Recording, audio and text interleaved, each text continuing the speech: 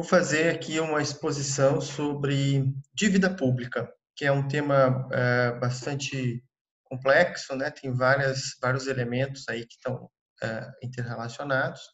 Eu vou tentar fazer uma abordagem para dois públicos ao mesmo tempo, né? Um público mais geral, assim, e um público um pouco mais especializado, né? Que entenda um pouco mais. Então, vou tentar fazer essa abordagem dupla para que fique tão acessível quanto possível. Bom, primeiro assim, falar mais sobre a realidade brasileira, tá? A dívida pública ela tem um aspecto fiscal, que é o que eu vou me deter mais aqui, a questão do financiamento do déficit público, e tem também um aspecto monetário, né? Quer dizer, parte da dívida pública tem relação com a atuação do Banco Central para regular a oferta de moeda e a taxa de juros, certo? Bom, no caso, o que nós temos aqui, né? Muita coisa é dita sobre a dívida pública. Nós temos uma dívida pública interna, né, que é denominada em moeda nacional e que boa parte dela está vinculada a déficit passado e juros passados, né? E tem a dívida externa, então tem uma grande confusão com relação a isso, né? A dívida externa, ela é parte pública e parte privada, né? Ou seja, os estados nos mais diferentes níveis podem obter um empréstimo externo, né? E aí a dívida externa pública. Mas se uma empresa obtém um empréstimo externo também, ela entra como dívida externa também do país, né? Mas é uma dívida privada, certo? Depois a gente vê como é que está a dívida no Brasil. Então, com relação ao déficit, né? O geral é que os governos, nos diferentes níveis, nos diferentes países, geralmente ele tem déficit, né? Ou seja, as despesas são maiores do que as receitas. Isso é relativamente normal, né? Por exemplo, o Estado não pode gastar mais aquilo que arrecada, mas geralmente é assim, né? Em todos os níveis, em mais diferentes épocas do tempo, né, em vários países. É assim que funciona, né? E daí os países acumulam dívida, o que é uma coisa normal, assim, não tem nada demais, né, em ter uma dívida pública. Todos os países têm, tá? Então, como é que você pode financiar esse déficit? De quatro formas, né? Sendo a emissão monetária, que aconteceu muito no passado, pode emitir moeda para o governo pode emitir moeda para pagar seu déficit? Pode, né? É, é claro que no caso do Brasil teria que fazer uma mudança legal, né? Quer dizer, quem impõe isso é a própria lei, né? Não há um impedimento de real nisso, é apenas legal, tá? Então não se faz isso por uma escolha de política econômica, não vou problematizar muito isso. Emissão de dívida pública, também para financiar o déficit, venda de patrimônio, né? Ou então impostos, sendo as duas ali as duas primeiras que a gente vai focar, né? As duas primeiras, tá? Bom, só para falar aqui rapidamente alguns conceitos com relação a da onde vem o déficit, né? Todas as receitas dos estados menos todas as despesas, né? A receita menos despesa a gente chama de resultado nominal, que inclui todas as receitas e todas as despesas, né? Inclusive juros. É o resultado nominal. O resultado primário, que a gente conhece também, mais famoso, assim, o resultado primário, né? Ele não inclui juros, tá? Receitas, todas as despesas do governo, né? Educação, saúde, previdência, etc., deduzida das receitas. E o resultado operacional inclui juros reais, né? Ou seja, é um valor mais adequado, né, para a gente analisar a variação da dívida, porque boa parte do déficit, né, ele é apenas atualização monetária, né? Então, e mesmo da dívida, é apenas atualização inflacionária, né? A gente teria que olhar o que é juro real, tá? Bom, para a mensuração, nós temos essas duas estatísticas, chamada estatística acima da linha, que é falada um pouco mais em textos e tal, né? Uma linguagem um pouco mais técnica. Estatística acima da linha é todas as receitas menos todas as despesas que se tem a necessidade de financiamento do setor público, no caso do Brasil, dos diferentes, todos os níveis de governo, União, Estados e municípios, tá? Só que esse dado é difícil de conseguir, não é muito fácil de fazer sua contabilidade, porque nós temos mais de 5.500 municípios, né? Então é complicado. E a estatística abaixo da linha, que é a forma como que se calcula na prática, que é a variação da dívida pública, né? Como o Brasil não emite moeda para financiar o déficit, é todo através de dívida, já há algum tempo. Então, essa variação de dívida, né, ela nos traz o déficit, certo? Então, a necessidade de financiamento do setor público, de todos os níveis, pode ser coberto, como a gente viu, né, principalmente por dívida ou por emissão de moeda. Pode ser por os dois, né? E a gente calcula isso através do valor do superávit primário e do valor dos juros pagos, né? A diferença entre esses dois valores vai dar, então, a necessidade de financiamento do setor público, tá certo?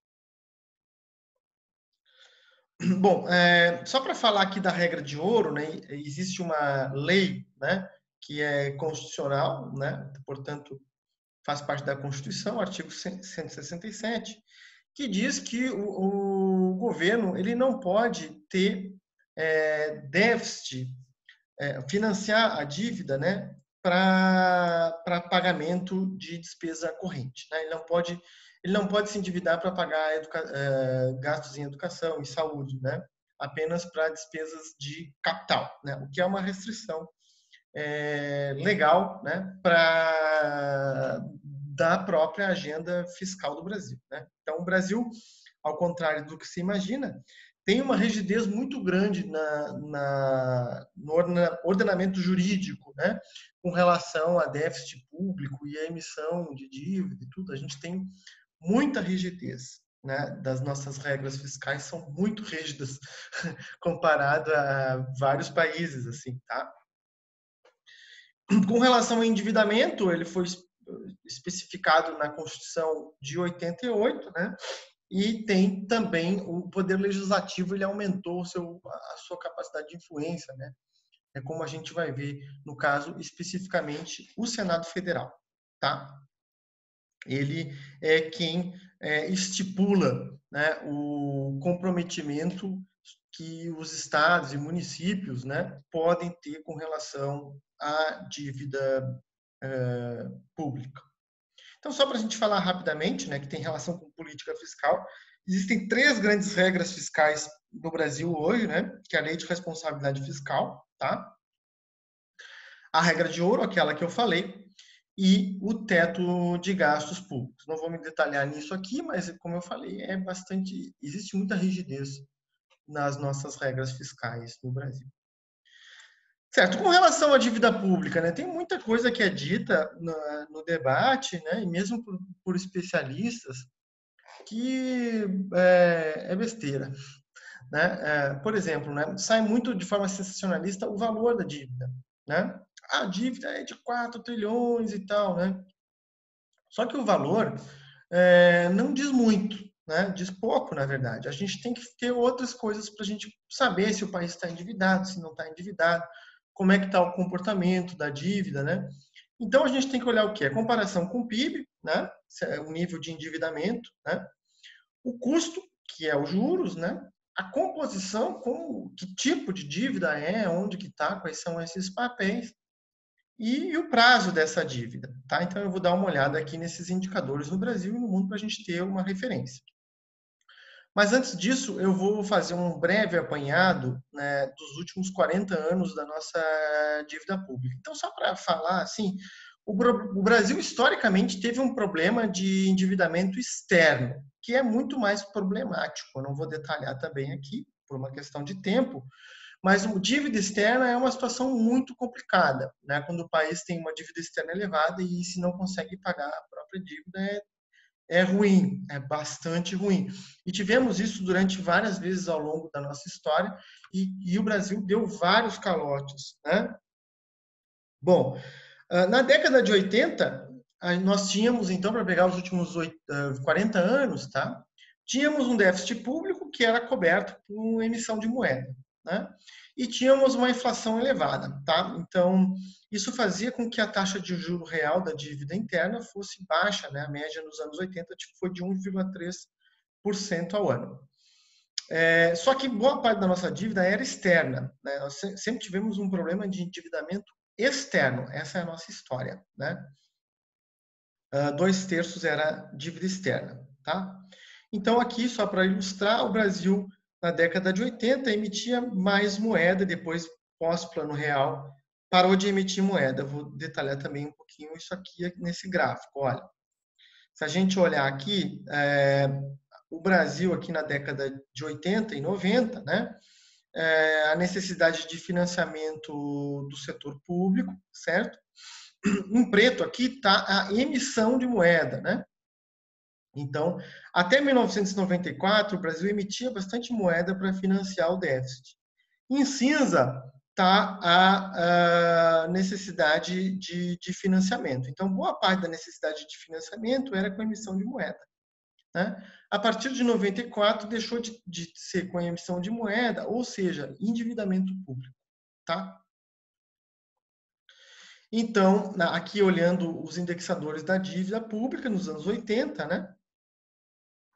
E 90, né? Então, nós tivemos vários anos ali, taxa de juro negativa, né? Porque a inflação era alta, o que significava que o juro não estava fazendo a dívida aumentar muito.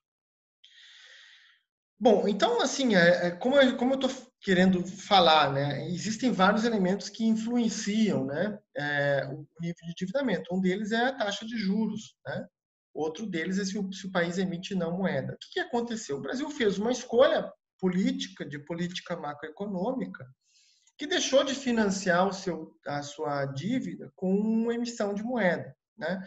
Passou a financiar com dívida pública, a partir do Plano Real. Tá?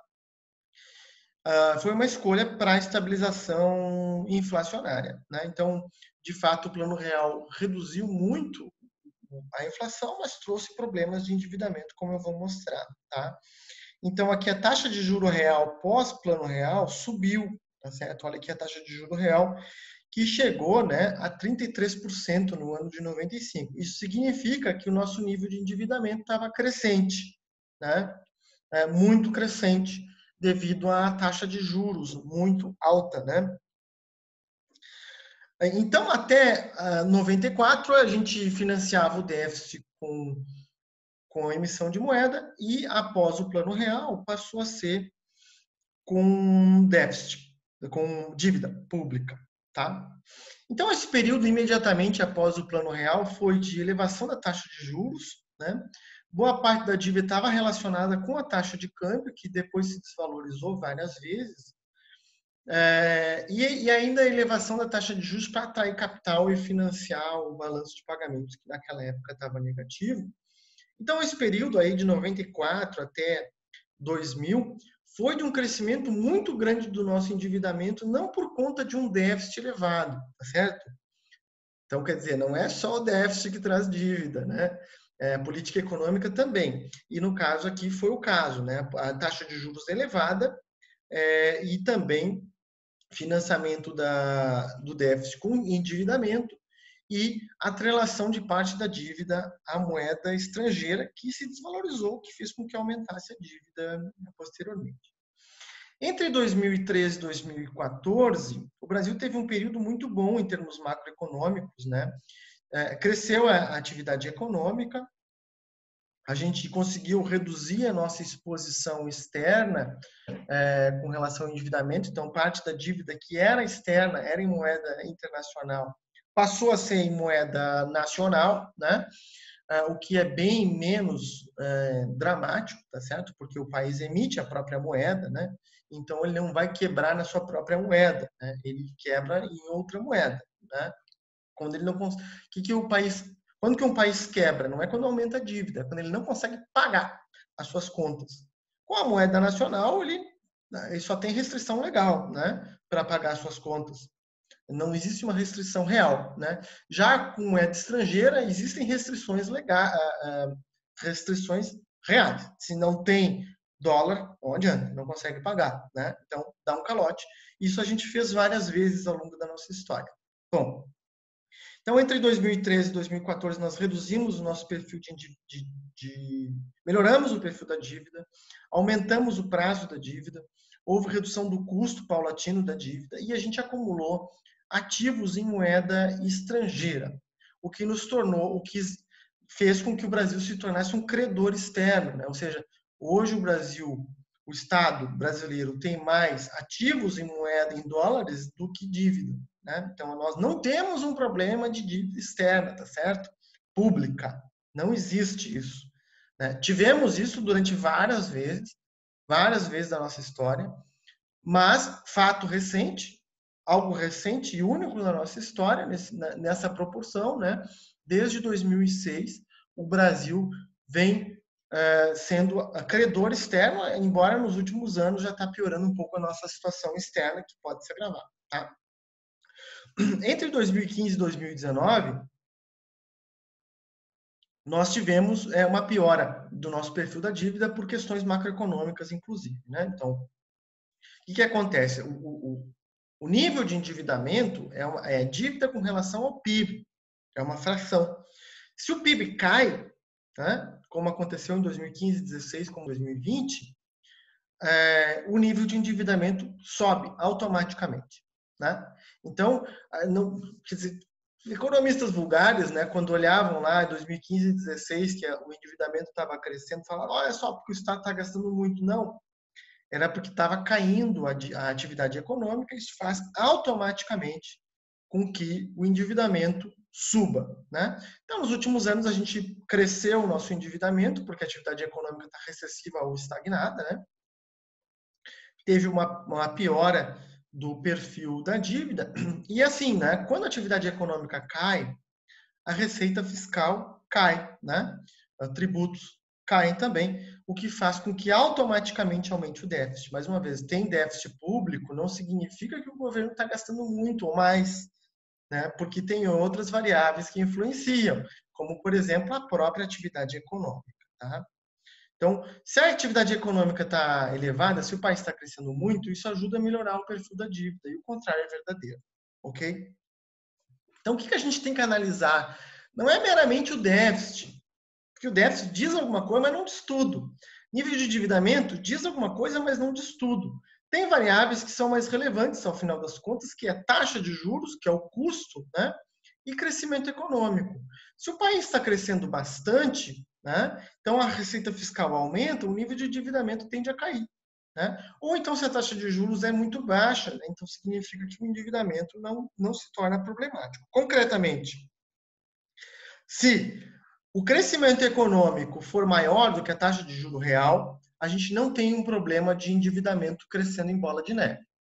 Se a taxa de juro real for maior do que o crescimento econômico, por muito tempo, pode se tornar problemático o endividamento no período à frente. Aqui tem um exemplo, né, que coloca a taxa de crescimento real e nível de endividamento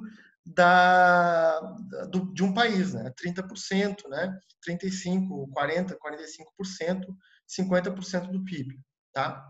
E aqui a taxa de crescimento econômico para estabilizar a dívida pública. Ou seja, se eu tenho, por exemplo, aqui um nível de endividamento de 30% do PIB, com 3% de crescimento econômico, você pode ter um déficit de 2,5% e ainda assim está com a dívida pública estabilizada. Se o crescimento econômico for um pouco maior, você pode ter um nível de déficit maior e mesmo assim estar com a dívida pública estabilizada.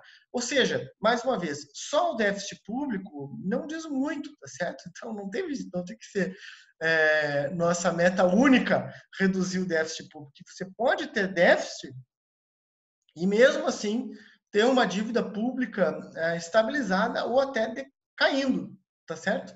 Dependendo aqui, um déficit nominal, né? Não é déficit primário, tá? Então, dependendo do nível de crescimento econômico, do nível de taxa de juros, do nível da dívida pública. Aqui uma outra situação, né? Com variações na taxa de juros, né? Taxa de juros mais baixa e crescimento econômico elevado, por exemplo, né? permite com que haja um déficit público, um déficit primário, né? E ainda assim uma estabilização da dívida pública. Então, mesmo com déficit primário, a depender do nível de taxa de juros e do nível de crescimento econômico, você pode ter uma estabilidade da nossa dívida pública, né? Então, quer dizer, mais uma vez, com déficit primário, né, você pode ter estabilidade da dívida pública. Então, só olhar o déficit é muito precário para dizer o que está acontecendo com a nossa dívida, para ver que a coisa é mais complexa, né? Envolve várias variáveis. Aqui o que aconteceu aqui então, né? Nesse período desde a década de 80 no Brasil, o Brasil tinha um problema sério de dívida externa, sempre teve, desde sempre, e isso deixou de acontecer, né, principalmente ali após 2006, quando a dívida externa líquida se tornou negativa, ou seja, o Brasil tem mais dinheiro em caixa do que dívida externa.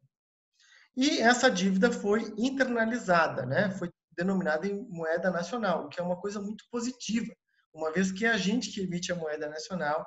Então, essa elevação do endividamento aqui, embora tenha trazido outros problemas, ela foi bem melhor do que ter uma dívida em moeda estrangeira. Agora mesmo, o governo federal está propondo, né, vender reservas, né, para pagar a dívida em moeda nacional, né, o que é inacreditável, porque moeda nacional é a gente que emite, né, a gente está se desfazendo de uma moeda que a gente não emite, que tivemos problemas sérios, né, no passado para pagar a dívida de uma moeda que a gente emite. É uma coisa assim que a quem pode interessar isso, né?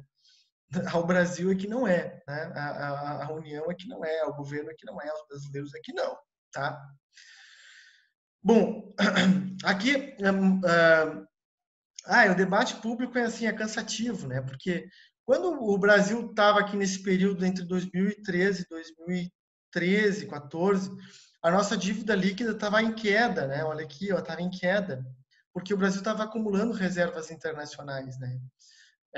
E aí o pessoal falava, não, não precisa, não tem que olhar a dívida líquida, tem que olhar para a dívida bruta, para provar que a gente tinha um problema sério, né? De endividamento, mas a nossa dívida estava caindo, né? A nossa dívida estava em queda, tá?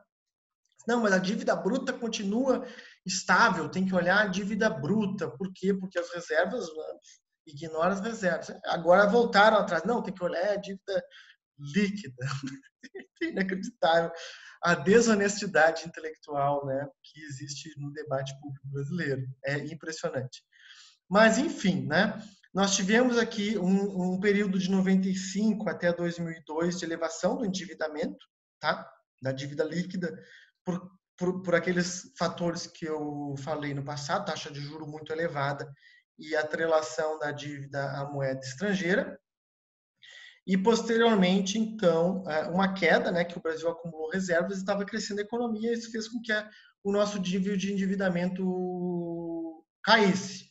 Nos últimos anos, 2015 para cá, como a gente entrou numa fase recessiva, né, cai o nível de atividade econômica, aumenta o nosso nível de endividamento, então o nosso nível de endividamento está crescendo agora, está na faixa dos 80% a dívida bruta, e vai continuar crescendo nos próximos anos, porque a gente vai passar por uma retração econômica muito grande, então a dívida necessariamente, já automaticamente, vai subir. Não é porque estão gastando muito, é porque a atividade econômica está caindo, a receita fiscal está caindo, né? O que aumenta o déficit também automaticamente e, portanto, também o nosso nível de endividamento. Aqui também só mais um pouco mais detalhado, a quem tiver interesse, né?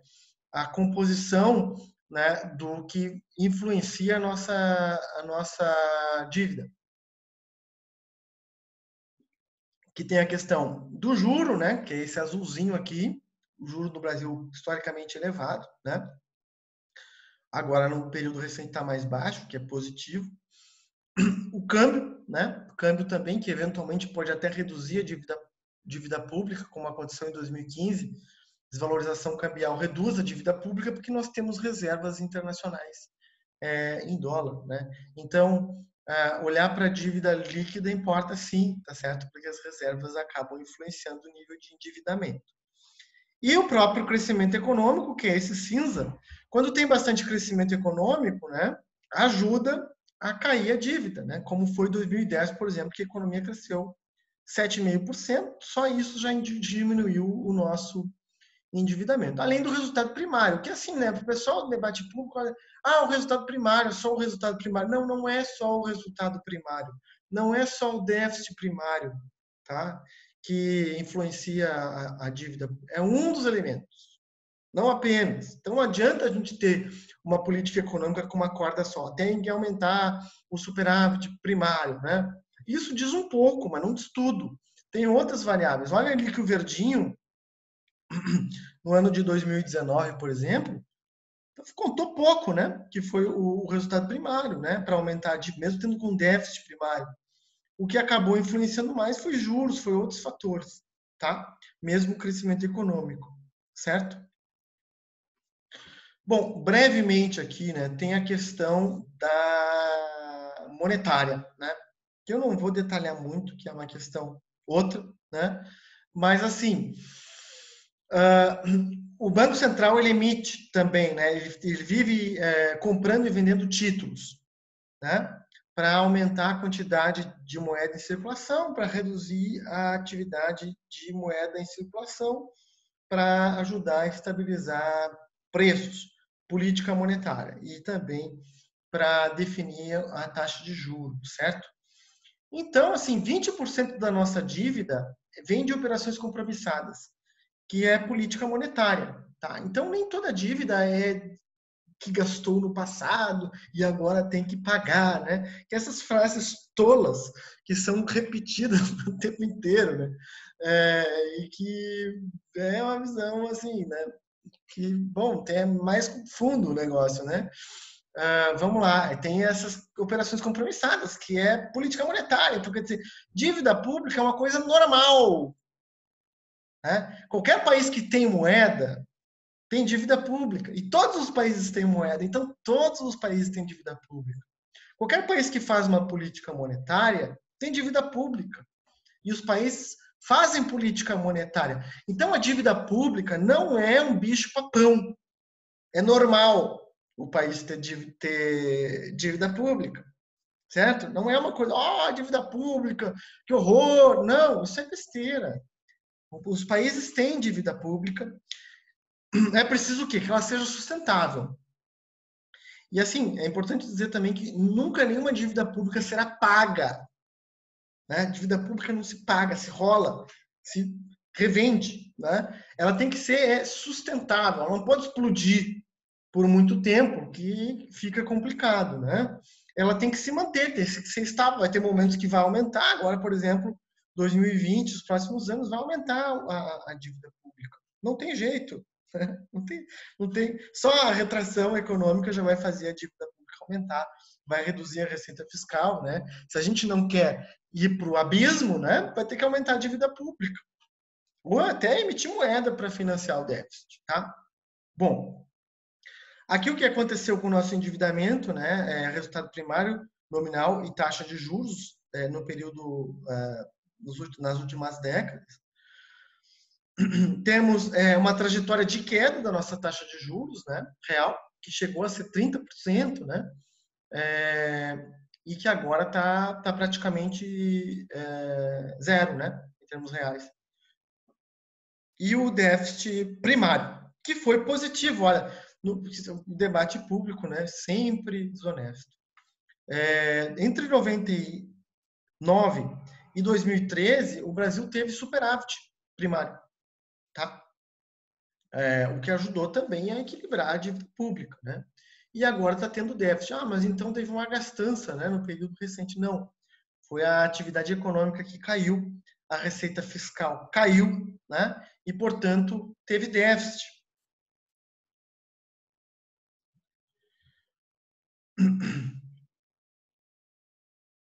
Bom, aqui receita e despesa, né? Da onde vem então, né? Em parte do déficit, né? Da dívida vem de receita e despesa, inclusive, não apenas política econômica influencia também, política monetária, cambial influencia, mas tem também a questão fiscal, né? Então aqui, ó, a partir de 2015 cai a receita né? O azul ali, ó, olha como cai, tá certo? E aí tem déficit, né? Que a despesa também ele muda ali, ele vinha numa trajetória e muda, né? Houve corte de gastos. Só que mesmo assim a retração econômica foi tão grande e agora vai se repetir mais profundamente, que automaticamente gerou aquele déficit ali primário, tá? E aqui tinha superávit primário, né? Superávit primário e déficit primário. Aqui um quadradão, né? Uma tabelona, que quem quiser aí pode dar mais uma olhada, os vários tipos de dívida do setor público, interna, externa, né? De estatais, né? Aqui até 2014, né? De 81 até 2014, tá aí os dados para quem quiser dar uma olhada, tá? Tem vários tipos de dívida que se tornou negativa aqui, ó, o governo federal, dívida externa, né? Se tornou negativa, né? Enfim. Comparação com outros países, né? Muita coisa mudou após a crise de 2008. Os países se endividaram muito, né? Aqui, por exemplo, os países europeus, né? Também outros países centrais, né? Entre 2009 e 2014, olha como aumentou aqui a dívida da Irlanda, né? Da Grécia, da Espanha, de Portugal, né? Da Itália, enfim, vários países aí se aumentaram o seu nível de endividamento e são países todos esses mais endividados que o Brasil, né? Então, assim, mais uma vez, a dívida não é o fim do mundo, né? Ali está o Brasil ali embaixo. Tem outros países bem mais endividados que o Brasil, certo? Aqui outra tabela de 2010 que traz o endividamento de diversos países. O país que tem a maior dívida em valores é os Estados Unidos, e o país que tem maior endividamento em nível é o Japão, né? Que são dois países ricos aí, né? É claro que eles pagam uma taxa de juros bem mais baixa e eles têm um perfil de dívida melhor, porque são países mais ricos, mais desenvolvidos, é claro, né? Mas mesmo comparado a países parecidos com o Brasil, o nosso nível de endividamento não é tão problemático assim, né? O nível de endividamento no Brasil não é baixo, né? 80% atualmente não é baixo, mas também não é 200% que nem o Japão, não é 100% como os Estados Unidos, né? Tem países que têm dívida menor, tem, né? Só que o mais problemático, como eu falei, é a dívida externa, não dívida interna. E a gente não tem um problema de dívida externa. Então, né? Ok, a não ser privada, que está começando a ficar problemático, né? Porque queira ou não queira, mesmo sendo privada, quando a moeda sai do Brasil, né? Ela sai dos dólares que estão no Banco Central. Então, né? Tem que ter as moedas. Então, eu vou falar rapidamente aqui sobre o perfil da nossa dívida pública. Isso está disponível na internet, relatório da dívida pública federal, você pode colocar lá no Google, tem disponível esses dados, eu tirei de lá muitos deles, para a gente ver aqui o que aconteceu com a nossa dívida em termos de prazo, custo, composição, né?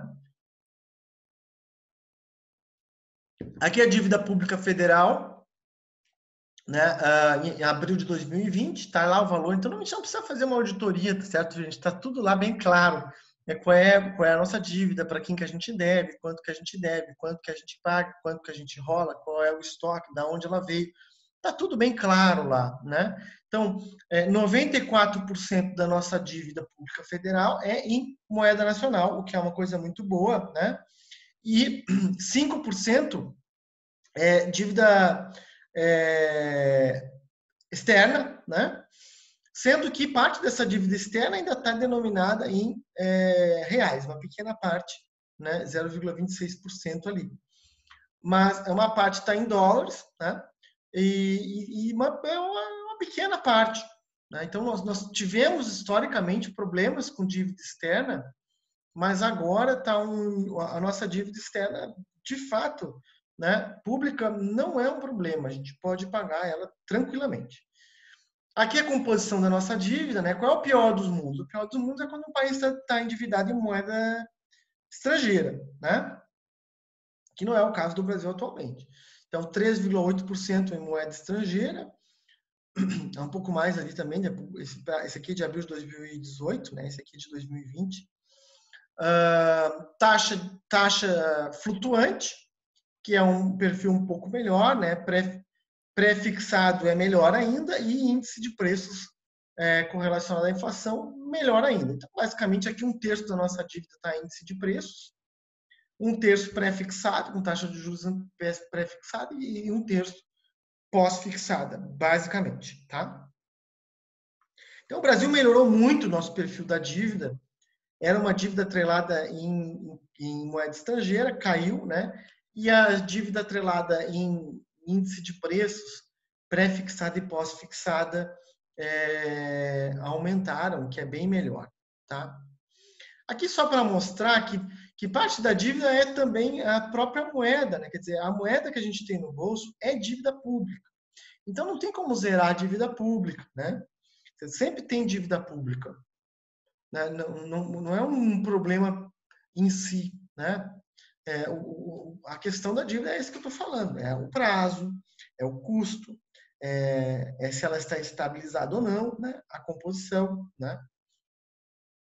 E o Brasil vem melhorando. Quer dizer, entre 2003 e 2014, tivemos uma melhora importante do nosso nível de endividamento, em termos de prazo, de custo, de composição e de nível, né? Nos últimos anos piorou um pouco.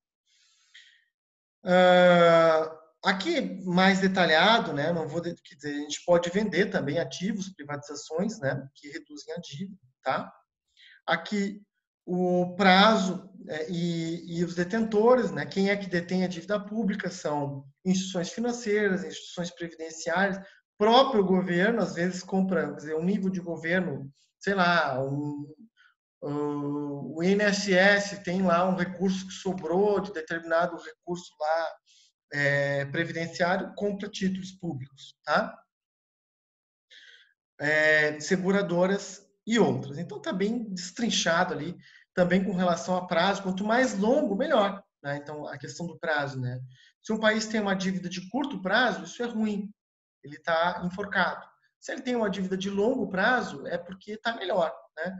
Então, se a gente olha aqui esse gráfico, em 99, mais da metade da nossa dívida vencia em um ano, que é esse vermelho. E foi caindo, caindo, né? Nos últimos anos cresceu um pouquinho. Então, melhorou o prazo, né? Melhorou o prazo. E o verde lá em cima é mais de 5 anos. Quanto maior, melhor, né? Ele foi subindo, foi crescendo até 2015 também, quando voltou a cair, o verdinho, né? Então, a gente claramente melhorou nosso perfil da dívida entre 2013 e 2014, apesar de, nessa época, toda a imprensa, vários economistas, o problema da dívida, o endividamento, o déficit primário, a gastança do governo. Balela, né? A gente estava melhorando o nosso nível de endividamento, a gente estava com superávit primário, né? E melhorando também o prazo da dívida, tudo nos últimos anos que deu uma degringolada, tá? O prazo da dívida aqui, ó, foi subindo, tá? Prazo médio da dívida, que já foi de um ano, um país que está com prazo de um ano está esgoelado. Vai ter que todo ano tem que rolar toda a dívida. Nunca vai ser paga. Ela sempre compra títulos e vende títulos, compra títulos e vende títulos, né? Se ela, porventura, for de curto prazo, significa que o sujeito tem que ir toda hora em cada banco trocar a sua dívida, né? Como se fosse. E se ele tem um prazo mais longo, significa que ele tem mais tempo para pagar aquela dívida, portanto, ele está numa situação mais confortável. Quanto mais amplo o prazo, melhor. O nosso prazo vem aumentando, né? Nas últimas décadas, o prazo da nossa dívida vem aumentando, né? Nossa dívida externa está com prazo de mais de 7 anos. Países mais ricos, como os Estados Unidos, têm prazo da dívida mais longo, né? Japão também. E o Brasil conseguiu alongar um pouco o perfil da dívida, né? Dependendo do tipo de dívida, aí está tudo detalhado lá no relatório mensal da dívida disponível na internet, tá? Aqui também tem um perfil de acordo com vários títulos, quanto que cada um custa, quanto que compõe. Todos esses detalhes são transparentes.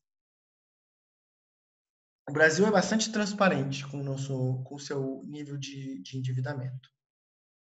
Então, eu queria colocar abaixo também mais um mito, né, de que o Brasil gasta 40% do orçamento com a dívida. Essa história não é bem assim, né? Por quê? Porque no orçamento tá lá todas as receitas, todas as despesas e também a rolagem da dívida pública, ela tem que estar no orçamento de cada ano, né? Todo ano o governo tem que mandar a lei orçamentária anual lá, que vai ter inclusive a rolagem da dívida, né? Que é compra e venda de títulos públicos, tá? Esse roxo aqui, né? É compra e venda de títulos públicos, tá? Bom, então, assim, parte desse roxinho aí não é dívida concretamente, né? Porque ele simplesmente comprou títulos e vendeu títulos. Então, não dá para dizer que 40% do orçamento é gasto com a dívida, porque parte disso é estoque de dívida que passa pelo orçamento, né? Eu sei que isso é um pouco mais complicado, mas é para a gente dizer que isso aqui é falso, né? Uma informação falsa que é veiculada de forma corriqueira. O que a gente tem que olhar? A gente tem que olhar quanto que gasta em juros. Aí sim, né? Que a gente tem uma ideia. O Brasil gasta bastante em juros, historicamente, sim, por vários motivos que eu já falei agora há pouco, né? Questão monetária, cambial, fiscal, né? É uma questão complexa, né? Agora a gente está pagando relativamente menos, porque a taxa de juros está baixa, né? Por motivos outros que eu não vou falar aqui. Esse amarelo aí é a taxa de juros que a gente gasta, né? Comparado com outras despesas, como previdenciários, benefícios sociais, remuneração de empregados. O Brasil gasta bastante? Gasta bastante. Só que ainda assim, a gente tem que olhar, né? Quer dizer, parte desses juros é a inflação, né? Então, quer dizer, vamos supor aqui que o país tem, arredondando ali, só para ficar um exemplo, uma taxa de juros de 10% e a inflação é 5%. Né? Então, assim, a taxa de juro real não é 10%, porque parte é para recompor a inflação. Né?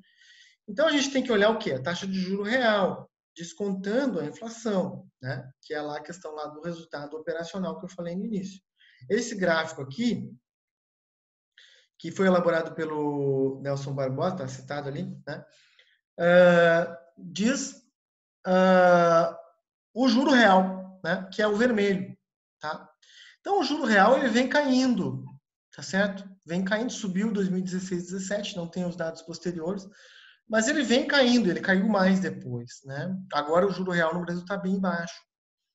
Então, quer dizer, não é só o juro, né? Para a gente olhar assim, quanto o Brasil gasta em juro, teria que olhar o juro real. Então, é bastante, mas é menos do que os 40% que tem a questão lá da rolagem da dívida e menos do que os juros nominais, também juros, quer dizer, parte é correção monetária, né? Que é o azul ali, ó. Né? O azul é importante, quer dizer, é simplesmente atualização do valor, tá? Não é juro real, de fato, que é o vermelho. E tem custo em carteira, que é a questão lá mais monetária e cambial, que eu não vou detalhar, tá? Então, o custo da nossa dívida tem melhorado, né? Passou por uma piora ali entre 2015 e 2016, né? Mas ele numa trajetória desde o início dos anos 90, ele vem em queda, o nosso custo da dívida, tá? Aqui de 2010 até 2020, esse gráfico, né? Nos últimos anos ali, se a gente olhar a Selic, que é essa corzinha aqui, né? Ela caiu, né? O que vai também influenciar na nossa dívida, né? A dívida externa ali no início desse ano de 2020 aumentou, né? O custo da dívida, por quê? Porque teve a desvalorização da moeda nacional, né? Então isso já automaticamente. Esse é o problema de ter uma dívida externa em moeda estrangeira, por exemplo, né?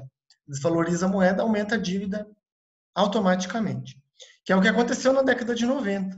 Né? O Brasil tinha uma dívida atrelada a dólar, desvalorizou a moeda em 99, a dívida pública subiu, né? Só com a desvalorização monetária. E teve que elevar a taxa de juros para segurar a fuga de capitais, o que aumentou ainda mais a dívida. Então, assim, né, gente, essa conta de padeiro, de olhar só para o déficit fiscal e dizer que isso explica dívida, não dá, né? Vamos lá, né? Não dá. Tem outras variáveis, política monetária, política cambial, taxa de crescimento econômico, nível de endividamento, certo? Perfil da dívida, custo, prazo, composição, uma série de fatores, tá? Bom,